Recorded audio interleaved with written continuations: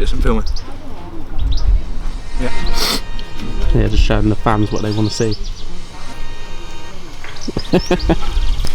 This is what makes all of that dieting worthwhile, right?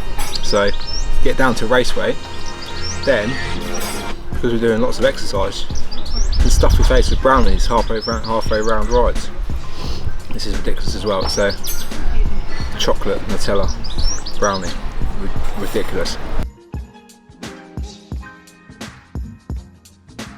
Water bottle is, or hydration system they call it, 23 grams of protein, pretty good.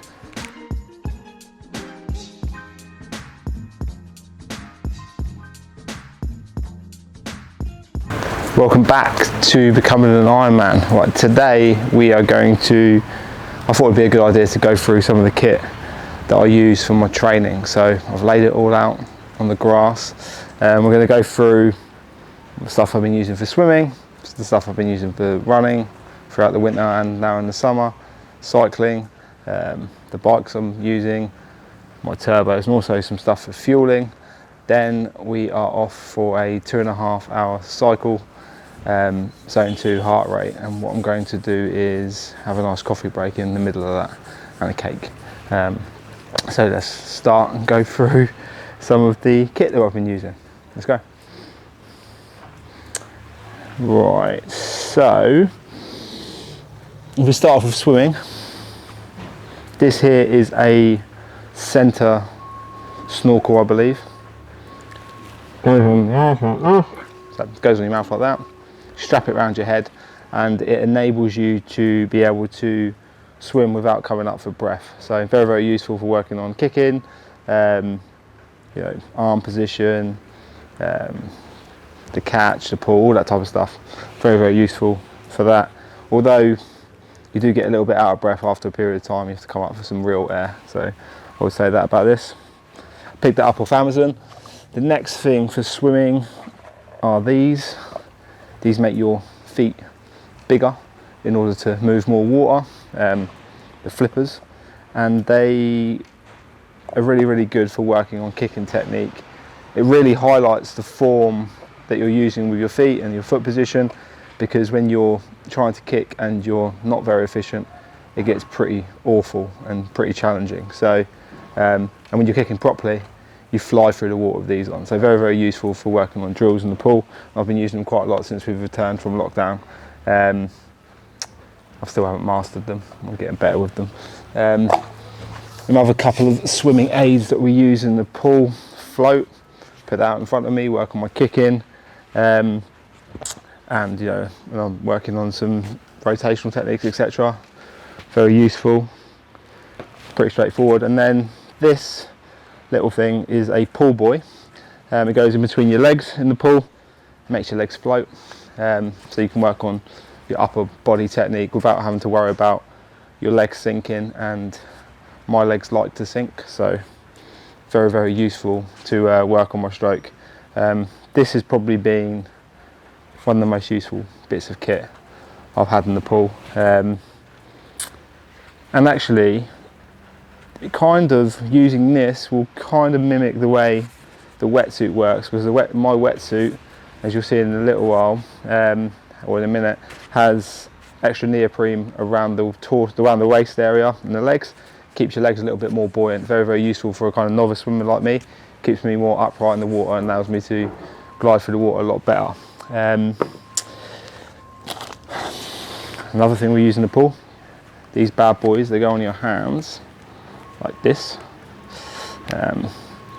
and it essentially turns your hand into a paddle, and you're able to move more water with it. Once again, very, very good for highlighting what you're doing with your hands, because if your hands are in the wrong position, you'll notice you're not moving much water, and when your hands are in the correct position, you notice that you're moving a lot of water. Also, if you want to do a strength workout in the pool with added resistance, these are super useful.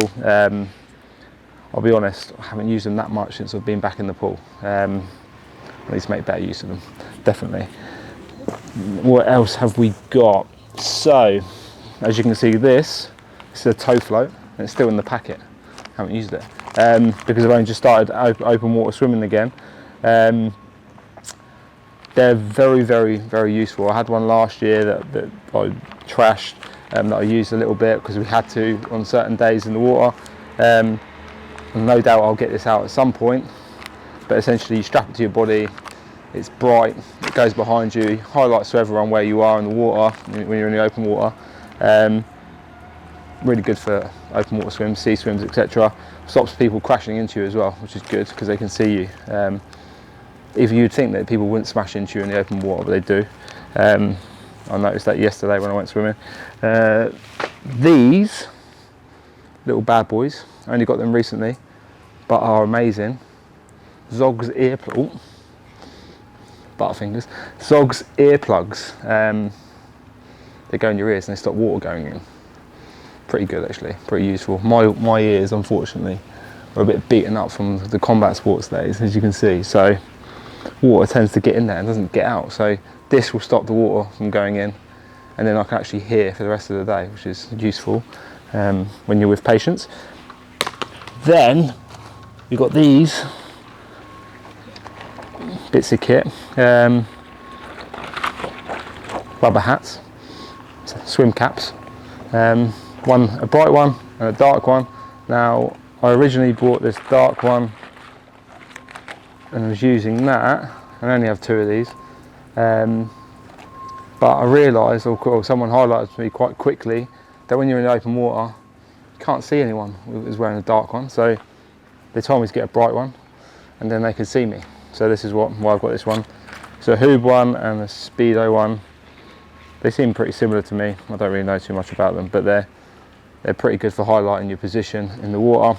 I haven't got any hair, so it's not really giving me any performance benefits, I don't think, in terms of reducing drag, but at least people can see me. Safety first, always. What else have we got? These goggles, Zog goggles. These were the goggles that I originally started wearing probably a year and a half ago when I started swimming. I went into the swimming pool, I forgot I didn't have any goggles, so I bought a pair of goggles from the swimming pool, and they were these ones. And then a couple of days later I went back and forgot my goggles again, and they're these ones. And I'll say they weren't great. Look, what I noticed with these, my eyes, they were kind of misting up a lot in the water. I was losing my vision, they were leaking, so I stumbled across this company online called Magic 5, and what they do is they send you a link to download an app, and they scan your face through the app, and then they produce some goggles that are shaped for your face. Now I thought that was pretty cool, and they were reasonably priced. I can't remember how much, but you're not nowhere near as expensive as what you'd think they'd be, and actually don't ever mist up, which is amazing. However, as with all goggles that I've had in the past, because I'm not a swimmer, I kind of don't know exactly how they're supposed to go on. I've watched videos and stuff, and I've got better over a period of time, and I think now I've got to a position where they're not leaking, but we've had leaky days, and it's nothing more annoying when you're in the water than leaky goggles. But I think it's user error rather than, I think the goggles are good. And these ones are outdoor ones, as you can see. They kind of got, kind of pretty looking. These ones are indoor. Both very, very good. I would recommend these goggles, Magic 5. Alright, and then finally for the swimming stuff, Wetsuit. This is what keeps me afloat in the water. Now, last year when I was looking for wetsuits, once again, didn't really have a clue, and there's a bit of a minefield trying to find what sort of wetsuit you needed. So I looked through some reviews online and the websites and the forums and all that type of stuff, and I stumbled across this one, which was kind of a mid-range wetsuit which had some good reviews, really good reviews. And it's by a company called 2XU. It's a Propel one, Now, to me, it fits fairly good, but I think probably actually I've lost a little bit of weight since last year, a lot of weight, not a little bit. It could probably be a bit more snug than what it is at the moment, I would say. It goes on a lot easier than what it did last year. But what the good thing is about this wetsuit is quite flexible in the shoulders, less neoprene, but enough to keep you afloat. And then lower down, the neoprene's a lot thicker. So for me, someone who's a fairly novice swimmer, well, definitely a novice swimmer, it's pretty good. It definitely adds to my buoyancy, and I would suggest that probably helps make me go a little bit faster in the water. Although I'm not brave enough to test how fast I am outside without a wetsuit. So maybe I'm not faster, but it feels like I am. It fits nice and comfortably. I trialled it again last week with a tri-suit underneath. Once again, that felt comfortable. I like this wetsuit, although I've never tried any other wetsuit, so I can't really comment on how it compares to other ones. That is essentially it. Now, if we go on to running, there's a few things. Right. First thing, this was my saviour in the winter. It's a Mizuno running jacket. It stops you from getting wet and cold. The winter has dragged on in the UK. This was a useful bit of kit. It's really sunny today and we're going out cycling. I'm in a tri-suit for that reason. But this saving grace in the winter. Runners, or anyone that wants to run outside, especially in the UK, get yourself a running jacket. Then the shorts I've been using for the majority of my running. Boohoo Man, cheap shorts. I think they were like 12 quid or something. Ridiculously comfortable, very light. They've got this kind of lace padding inside, that gives you kind of like a snug fit. They don't rub. I've got a few pairs of these. Some, I've worn them a lot and they've kind of held up pretty well. They're starting to wear a bit now, but I think they were £12 and I bought a few pairs. They've literally been amazing. Lasted me all winter, all up until this point. I'll use them up until Ironman. I won't use them on race day. I'm going to wear a tri-suit. But great value for money and great shorts. Actually look alright. They're quite nice looking shorts as well. So if you're into your fashion, I'm not really a fashionista, but if you are, they're pretty good. And then upper half, I've been wearing a few different bits and pieces, but I love Under Armour in terms of sports gear. So a lot of the time I might wear an Under Armour t-shirt like this. Nice material in order to not get too sticky.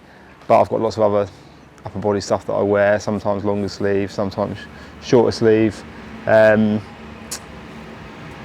I'm not particularly fussy. I think I feel like I can get away with a lot of different stuff on the upper body, and it's not too uncomfortable. Then we have the stuff that helps me to drink when I'm moving. So I've got this trail vest by Salomon. I haven't used it that much this year. I used it a little bit in the later part of last summer, when I'm going on longer runs. Essentially it's a vest, you wear it, got water bottles that strap into the front, that once you've drunk all the water they compress down, which is pretty useful, don't weigh anything. The vest is super lightweight and you've got room for gels, you've got room to put your phone in if you want to. I'm pretty sure, some of these straps you can use to help kind of feed your headphones through if you haven't got wireless ones. But this is a really cool vest. I used it on quite a lot of longer runs last year. Once again, like I say, I haven't used it that much this year. What I've tended to do is go with one of the other options I've got, but I like it. I would recommend it. Salomon trail vest. And then we've got this little bad boy by a company called Nathan. Now this is the same sort of thing, but it's a waistband. Now you can use, you've got room here as well for gels and anything else you need to take with you, keys, etc. We've also got 2 pouches here where water bottles go. They fit in there nicely, and they're green plastic water bottles. They don't store that much water. I think it's like 300 ml or something like that, but quite good for sort of middle distance stuff. If you're out for maybe, well, I say middle distance, probably, you know, longer distance, you're out for like a half marathon or a bit longer, this is pretty good pretty good sort of belt, and it's comfortable. Doesn't bounce around too much. You think it would, but once you strap it in and pull it tight, it sits quite snug. You've got these kind of this bit of elastic here that helps it sit a bit more snug on you. I really like that. Once again, I've not used it that much this year, but I've made good use over it over the last year and a half. Like certainly last year I was using it a bit more like the trail vest. This year I have made quite good use of this. Now, it seems pretty puny, right, compared to the other 2 options, but what essentially we've got is a water bottle that you can strap onto your hand and run with. You don't have to grip it, because it's that you pull this nice and tight, and it stays nice and snug on your hand. It's by a company that I can't pronounce. I'm not even going to attempt to pronounce that. I'm sorry, there's a bit of construction traffic in the background. So, but yeah, I'm going to go for it. A-N-E-G.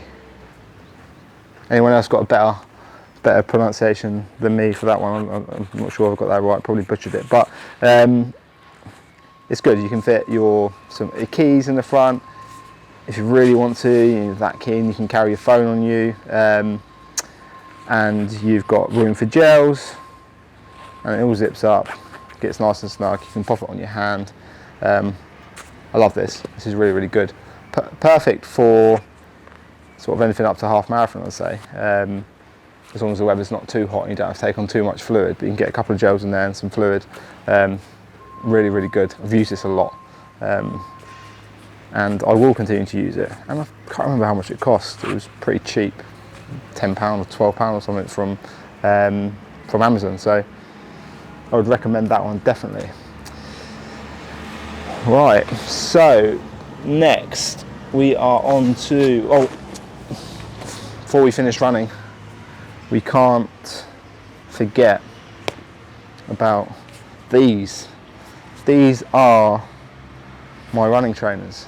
These are the ones I wear pretty much all of the time, really, except the ones I've got on my feet as well. I do swap them in and out. Also have another pair of Brooks, which are trail shoes, or trail trainers. I don't wear them too much. I've tended not to do too much trail stuff because I feel like it's slightly high load. It's getting in the way of my training a little bit, making me a little bit sore. So I've binned off any trails and stuck to the roads mainly. But what I've got is these are glycerins, Brooks glycerins, and the ones I've got on my feet are Brooks Ghosts. They're slightly different in the makeup of the shoe, but the padding on the Ghost is slightly thicker and the drop's slightly higher, but they're kind of a neutral shoe, good training shoe, and I think I know people have racing shoes and training shoes and stuff. I don't know if I'm going to bother getting a pair of racing shoes. I like these. They're comfortable. Maybe someone can give me a recommendation for a similar type of shoe that's better, slightly lighter for racing or something like that, but probably going to race in these. I've done most of my training in them. I can run as fast as I need to for my target paces for Ironman, and I love them. I kind of was recommending Brooks a few years ago. I used to wear Nikes. Started wearing Brooks, kept wearing Brooks. I like them, they're good. Onto the pile. Right, now let's go through some of the stuff I wear for cycling. So, bib shorts. Now these ones, I've got a few pairs of these. I bought these a few years ago from Decathlon. They're super cheap. I bought them when I was doing a London to Paris bike ride with my family that I didn't do an awful lot of training for. but I bought these because they were cheap, and I didn't want to spend too much money on stuff, but they've been amazing. They've lasted me for ages. I've done them for years, and I am going to continue to use them because they don't seem to wear out, although the straps are starting to wear a little bit at the top, looking a bit raggedy, but I've got quite a few pairs of these, and I'd recommend them. There's lots of other kind of bib shorts options you can buy online, etc. Loads of really cheap and inexpensive ones. These are cheap, and they've been really good. So I don't know. I haven't had any other ones, so I'm happy with them. For the winter though, I did have. They were a slightly more expensive brand, but still not kind of anything crazy. But these are DHPs, and these are like thermal. I had a couple of pairs of these. These are thermal bib tights, I suppose. The longer leggings on them. Once again, padding for the bum on the bike. Very, very good in the winter. Couldn't wear them in the summer, you'd overheat, but the winter dragged on, so I got some good use out of these. But are they any different in terms of comfort to the very, very cheap Decathlon option? I don't think so. I think they feel pretty similar, but pretty good. Then we use some cycling jerseys. I've got lots of different various ones of these. This was one I had for that London to Paris. We've raised some money for charity, for Keach Hospice, which is a local hospice charity. Yeah, I mean, I use this, and I've got lots of kind of other ones that I use when I cycle. Pretty straightforward, really. And then the other gem that got me through the winter was this, and it's by Proviz. They kind of this company make high-vis jackets for running and cycling and stuff like that. This is a cycling winter jacket, windproof, repels water, keeps you warm and keeps the wind off you. And in the winter, and it dragged on here, this was useful. So probably two of the best bits of kit have been the jackets that I've kind of talked about so far. If you're going to do cycling, you want to get out in the winter, you need the right clothing. This has been really useful. Other cycling stuff. So we've got these Dhp Overshoes. There's two of them. They go over your shoes and keep you warm, protected from the elements. They also make you a bit more streamlined, which is the added benefit. I don't know how much faster it makes you, but they're pretty good. Only ones I've ever owned, but they're pretty durable. At first I was putting them on wrong, and they were very fiddly to get on, and then I've realised that there's a quicker way to get them on, and actually they only take like 30 seconds to get on. So very, very, very, very good. And then this bad boy is something that goes underneath.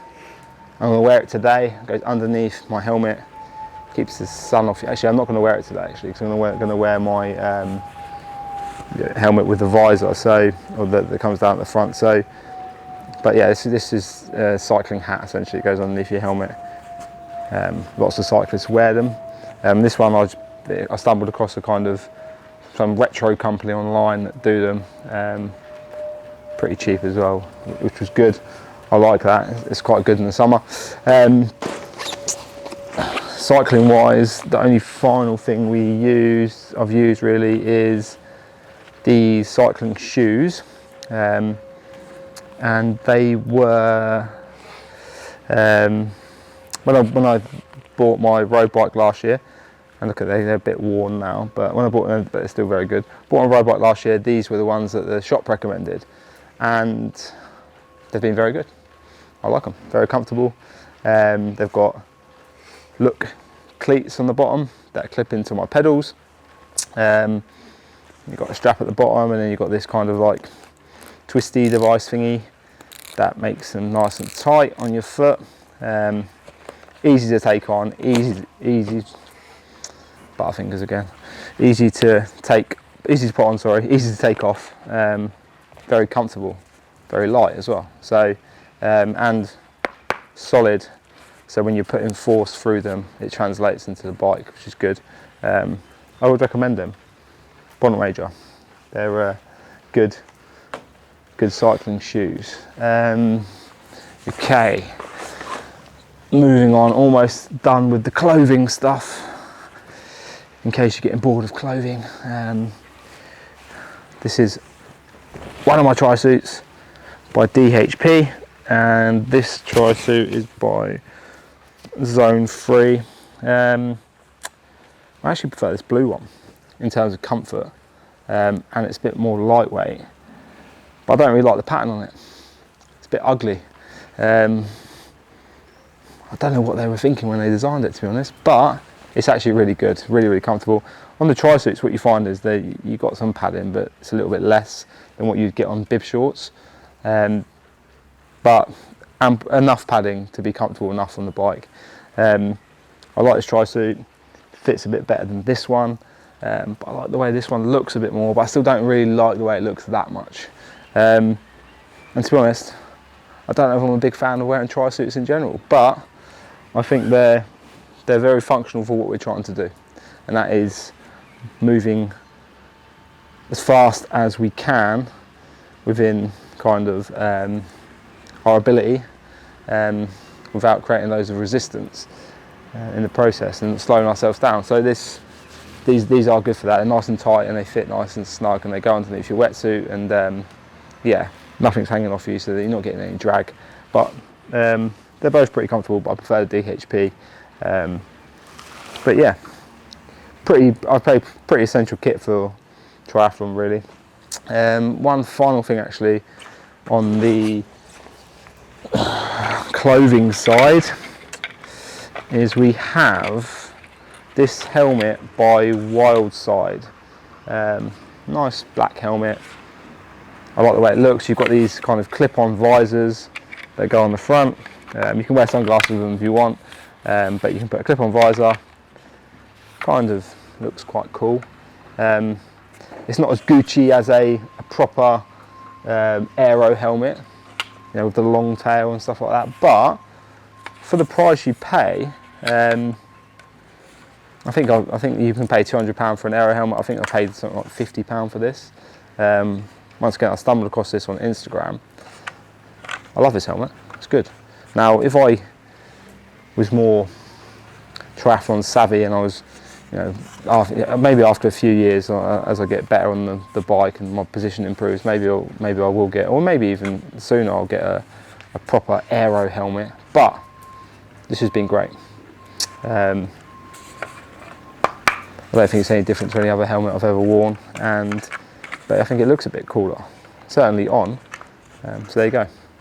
And you've got 4 of these visors that you can clip on and change, depending on how you're feeling. If you're feeling super cool, you wear this one. If you want to be a bit more low-key, wear the black. Right, so, this is more exciting. The technology, the Garmin technology. Now, what I have here are 3 bits of kit. I've got a watch. That's a Garmin Fenix 6X, probably butchering that, maybe, yeah, 6X Pro. I just read it off the back. Very good watch. It's got lots of functionality for triathlon. Brings up all your data onto the screen. You can see it when you're running, heart rate, pace. You can set up kind of pro pacing plans if you want to run at a certain pace, which will kind of tell you how far off you are off your target pace, all that type of stuff. Tracks your heart rate, your sleep, your steps, estimates your calories, all that type of stuff. Syncs with an app on Garmin Connect on your phone. I love this watch. I'm going to put it on actually, because it's brilliant. I used to have a 735 XT. That was the first sort of multi-sport watch that I had. That was great, but I sold it and upgraded to this, and this is my baby. I wear this all day, every day. I love it. And it becomes even more powerful when you got one of these, because this is it's a heart rate monitor, but I can't remember what it's called. Heart Rate Monitor Pro by Garmin.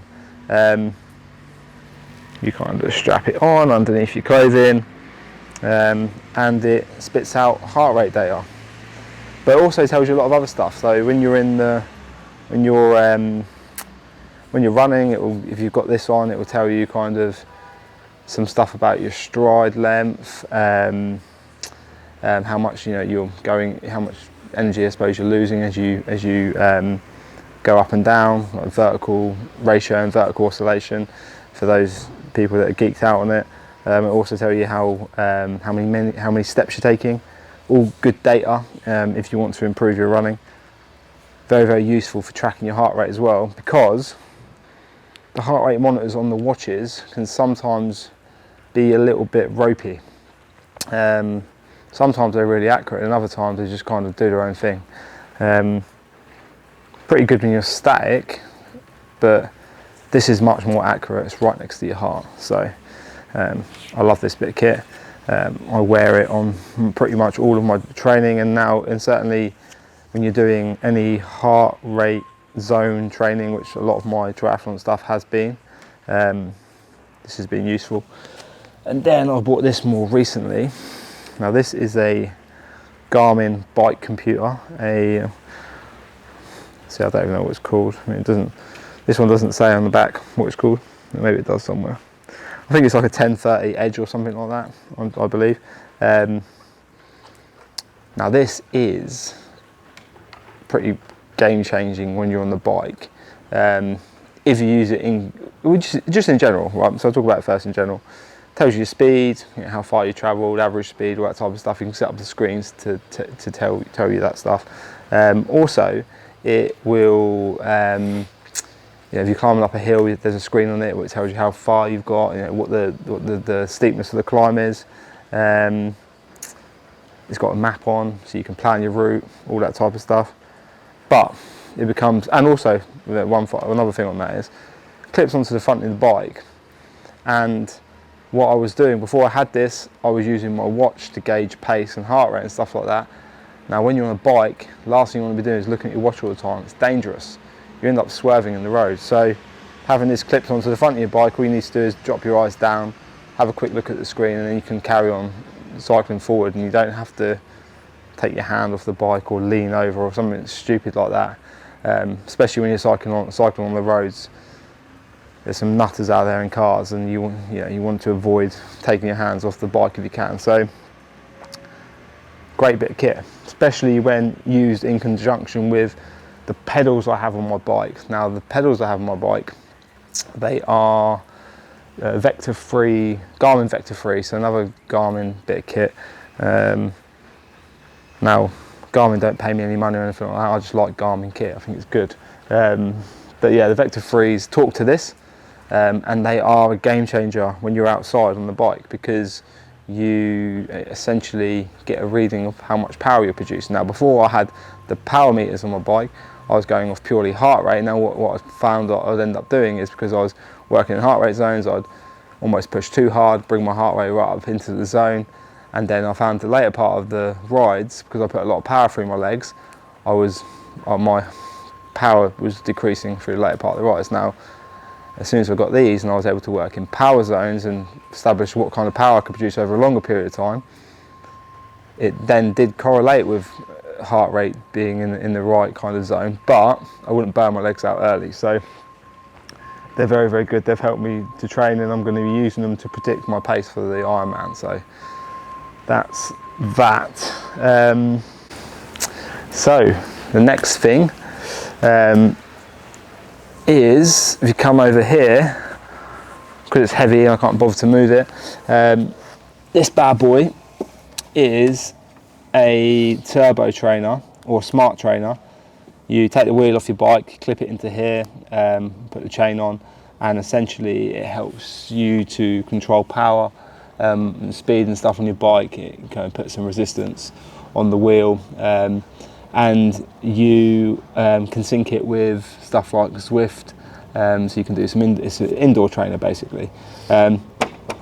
If you live in the UK, this is one of your best friends. An indoor trainer is needed because the weather is crap most of the time. It's either wet or windy or something rubbish. You can't cycle dark often. So this has been great. Now this is called a TAC X Neo. It's by a company called TAC X, which they're once again a Garmin. They're owned by Garmin. But I didn't buy this. One of my friends, Michael Swain, he had it for when he was training for a long distance cycling event, and he was kind enough to lend it to me because they're very expensive. This is a good, very good turbo trainer. I'm lucky to have it, and it's very useful bit of kit. Next thing, bicycle pump. Joe Blow. It's called. Great name for a bicycle pump. Blows air into your tyres. I don't know what else to say about that really. It's on the floor. Right, so we have, next thing we're going to move on to fueling here. So this little puppy is probably the thing I've got most excited about over the last few months. It is a kind of shark looking thing, but it's a water bottle, carries water. So got a straw, goes in here to a hole, and what you do is you clip that in there, and then this bit here, you've got some housing there that clips onto the front of the bike, and it's a nice streamlined water bottle. Cuts through the air. It's actually very useful, especially now I'm using a triathlon bike, because I can drink whilst I'm cycling, while staying in a good position without coming out of the aero position. And like I say, they've made it into a cool shape. It's by a company called Profile Design. I didn't know much about this company. To be honest, I don't know much about many cycling companies really, but or cycling brands. But they, my bike fitter told me that they actually are a great company and they make some really other cool stuff. But this water bottle is, or hydration system they call it, because it sounds cooler than water bottle. It is a great bit of kit, love it. And I got it free on my bike, didn't pay for it, they gave it to me, which was good. Then, let's throw that over there. These are just water bottles. These ones I bought a few months ago because they're bigger. I used to have some smaller ones, 500 milliliter. When I started to do some longer stuff, I wanted some slightly bigger ones. They're a litre. What I've been doing is I've been playing with my fueling. They go onto the back of my bike, or on my road bike they go into the undercarriage, if that's even what it's called. I've been playing my fueling now. Sometimes I'll put 50 grams of carbohydrates in here with water, and typically I'll put 1.5 of these. So I'll show you what I use. So I use 1.5 of these. They are Electrolyte Tablets. I use this company at the moment, but I'm not loyal to any company. I've used other companies in the past. They're, from what I can gather, they all seem to do the same thing. They'll have next to no calories in, they've got electrolytes in. Typically the electrolyte makeup's a little bit different between companies, but I found these more recently on Amazon. They were convenient, I could get them next day delivery, so hence the reason I got them ones.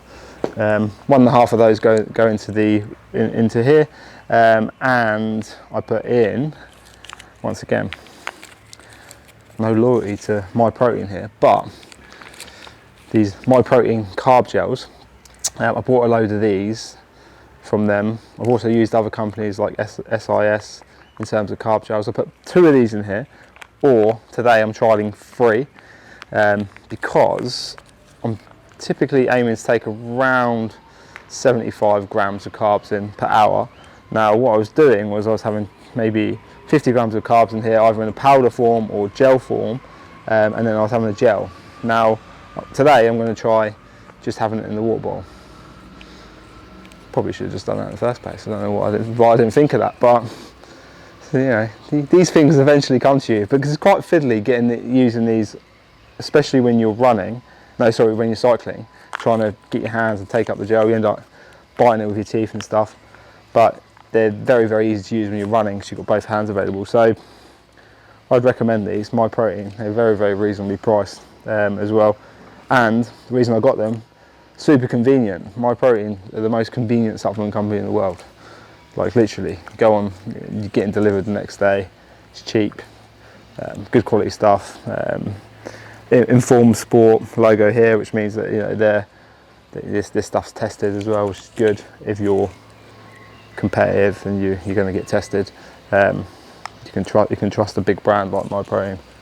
But yeah, my 2 water bottles there. A couple of other things before we move on to the bikes. My Protein chocolate brownies.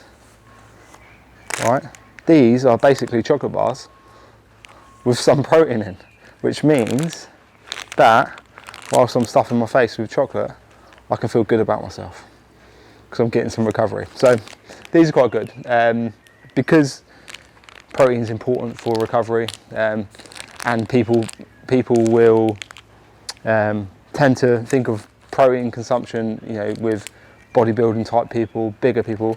Endurance athletes need a lot of protein. You know, they need a lot of protein for recovery, especially in a calorie deficit, and they want to hold on to some muscle mass. So these have been very, very convenient. You can eat them on the go.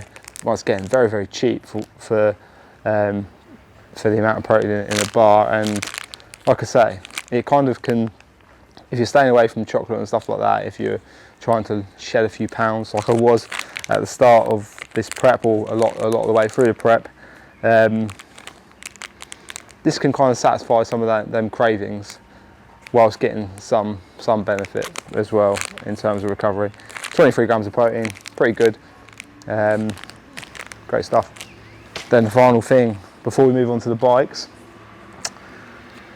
these bad boys, Sleep Ease Remedies nasal strips. Now you can probably hear it in my voice. My nose has been punched too many times, and for that reason the nasal septums are a little bit beaten up, and air doesn't like to travel through my nostrils too well. So these are pretty useful. Now I've actually found that I've shied away from using them too much recently. I don't know why, but I used them a lot at the start of my prep when I was a little bit less fit, and maybe I'll start using them again. I don't know, but to be honest, I forgot I had them until I started looking through my kit to show you guys what kit I've been using. But they're very, very useful, especially at the start of my prep. You'll see some of my photos on Instagram with me wearing them on my nostrils. They open up my nose, I can get more air in, which is useful for doing endurance type stuff when you need oxygen. So that's that for the nasal strips. They go onto the pile on the floor. It's time to go over to the bikes. Exciting stuff. Right, riveting, and we're almost done, and soon we'll go out for a cycle. This puppy, with no pedals on at the moment because I took them off the other day, is my road bike. It's a Trek Amonda SL6. I bought it last year for my training. It's got, I mean, for those who care and are techie, it's got Shimano Ultegra gears, and that's about all else I know about it. It's essentially a climbing bike. It's super light. It's ridiculously good fun. Very reactive, very, very comfortable. I love this bike. I've done most of my training on it for the triathlon, for the Ironman, sorry. Once I'm done with this Ironman, I'll be spending a lot of my cycling time on this bike, unless I'm doing stuff like TTs or anything like that. But I love this bike. I'll say it's my favourite. It's like I say, it's light, it's fast, it's really fun to ride. You can dart in and out of kind of things because it's very reactive. You feel like you're stuck to the bike, which is brilliant. And then we've got this puppy, which was what I got more recently. This is a Cervelo, what's it even called? Cervelo P Series Di2 Ultegra, I think they call it. So it's a triathlon bike, as you can see. It's slightly differently in the way it's set up. Now, the difference between a triathlon bike and a road bike, from what I understand, is the triathlon bike's much more aerodynamic. So they've got slightly thicker tubes, but the tubes are slightly thinner from the front, so you kind of slice through the air. The seat angle is a little bit different, and it allows for you to be in a slightly different position, so you can be more forward on the bike. What I found is that in this position I'm able to produce more power, which is good, so especially after I had it adjusted. Got slightly different wheels on here. These have got carbon sort of 55 disc wheels, so slightly deeper. Once again, enables the air to travel over them a bit quicker apparently, so it makes you faster. And the good thing I like about this bike, the reason why I went for this one rather than some of the other similar bikes, is I want to go faster, but I used to have a kind of old TT bike that I bought off someone for 150 quid years ago, and I used it for years. It was good. It was a good bike. It was a giant TCR Aero. I used it when I was living in London to commute, and it was a kind of like it was this type of setup, but it had mechanical gears. So what you'd have to do if you were going uphill and it was quite steep, you'd have your hands in this position, but to change gear you'd have to reach forward and grab the front, and it was pretty brutal stuff, and it really slowed you down, and almost cause you to crash and stuff like that. As you take, when you're going up a hill, you need to be focused on what you're doing. So good thing about this bike is it's got little buttons that you can press to change gear on both on the aero bars and on the handles here. So it means that if I'm going uphill, I don't have to move my hands into that position, and that's the reason why I got this one. Paid a little bit more for the electronic gears, but it means that when I'm doing Ironman UK, it's quite hilly. It means I can just click and change gear, and then if I'm in that position I can change gear as well, and it's not going to give me too many dramas. And then on the bike as well, you've got a couple of other cool bits that they put in there. You've got this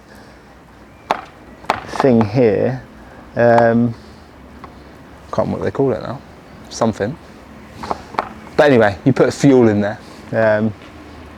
What do they call it now? Clueless unfortunately. So they call it something, but anyway, it fits onto the front of the bike, and it essentially is nice and streamlined, aerodynamic, but you can put gels in there, or food, or banana, or whatever else you want to eat when you're on the bike. And then down here we've also got this kind of integrated water bottle that once again is nice and streamlined on the bike. So if I put the hydration system on there as well, the way it ends up looking is,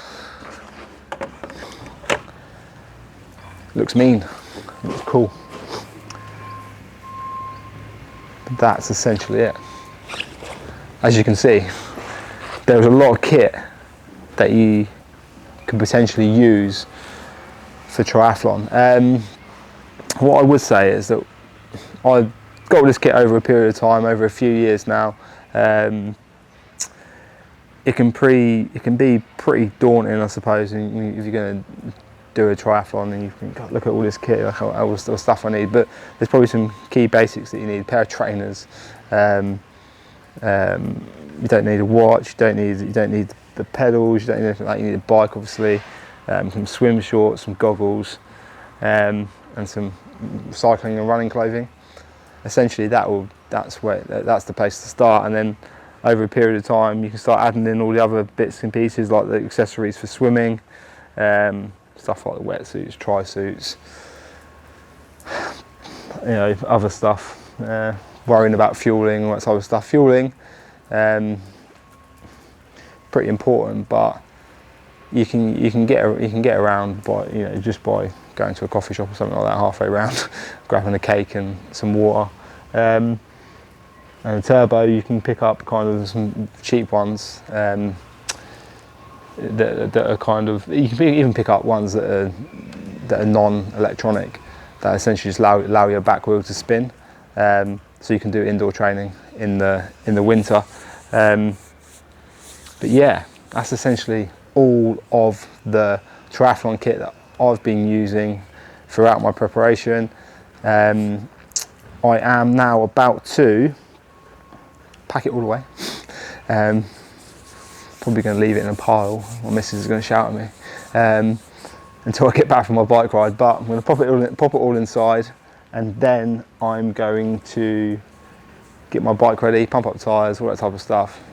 Put my fuel on the bike, get out. Let's get a 2.5 hour bike ride in with a coffee break and a cake break in the middle. Zone 2 heart rate. It's a nice day, it's not very windy, so let's see what we can do in terms of power and speed. See you out on the road.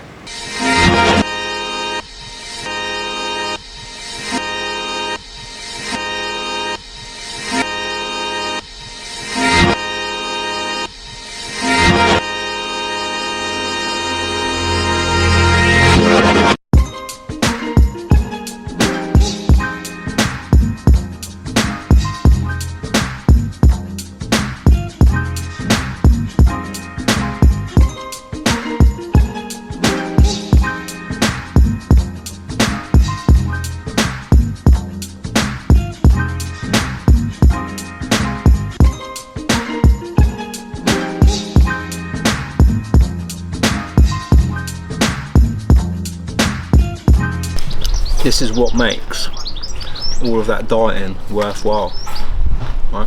So get down to race weight, then because we're doing lots of exercise, you can stuff your face with brownies halfway round rides.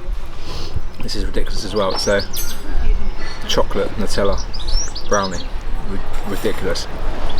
Right, we're halfway through. Well, what's happened is, because we've prioritised this coffee stop and the cake, because my fiance is off to the dentist in a couple of hours, well, in just over an hour, the ride's going to be cut short, but I'll get a little bit in later on the turbo, or I might go out on the road, depends. But 15 minutes into the ride, we are averaging a speed of 22.1 miles per hour. Let's have a look. Normalised power of 282 watts. So we're putting down some big watts on the road. Supposed to do a zone 2 cycle, but got a little bit excited because the sun's out and there's hardly any wind. So after about 15 minutes I thought, stuff it, let's just put down some power. So all going well. Only problem is this bloody thing that I was singing its praises earlier, it's leaking everywhere. My legs are like bloody covered in sugar. Every time I move my legs it feels like hairs are being pulled out. Yeah, not good, but I don't know, probably duct tape, patch job will do the trick. See you in the second half of the cycle.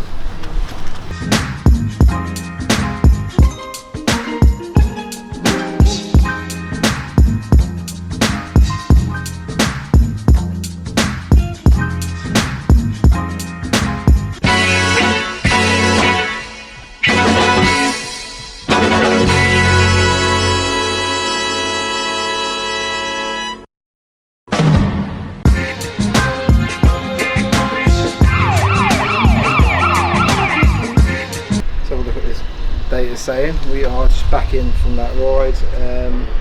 Obviously I had the stats from the first bit, and then that last bit there, normalised power of 257 watts, average speed on here 20.4 mile an hour. It'll be interesting to see what the average moving speed is, because I've stopped a few times. We'll look at on my computer later. Average heart rate 145 beats per minute, so nice steady zone 2 on the way in. And also, cool thing is that my watch over the last few days has bumped my VO2 max up, predicted VO2 max, from 56 to 60. It's gone up 4, which is cool. And I think it's down to being in a different position on the bike.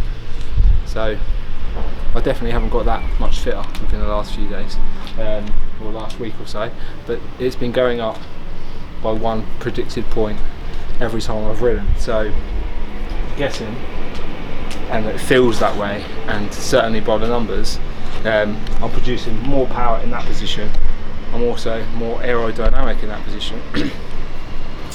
So hopefully that means more speed on race day. That's me done. We will catch you in the next one.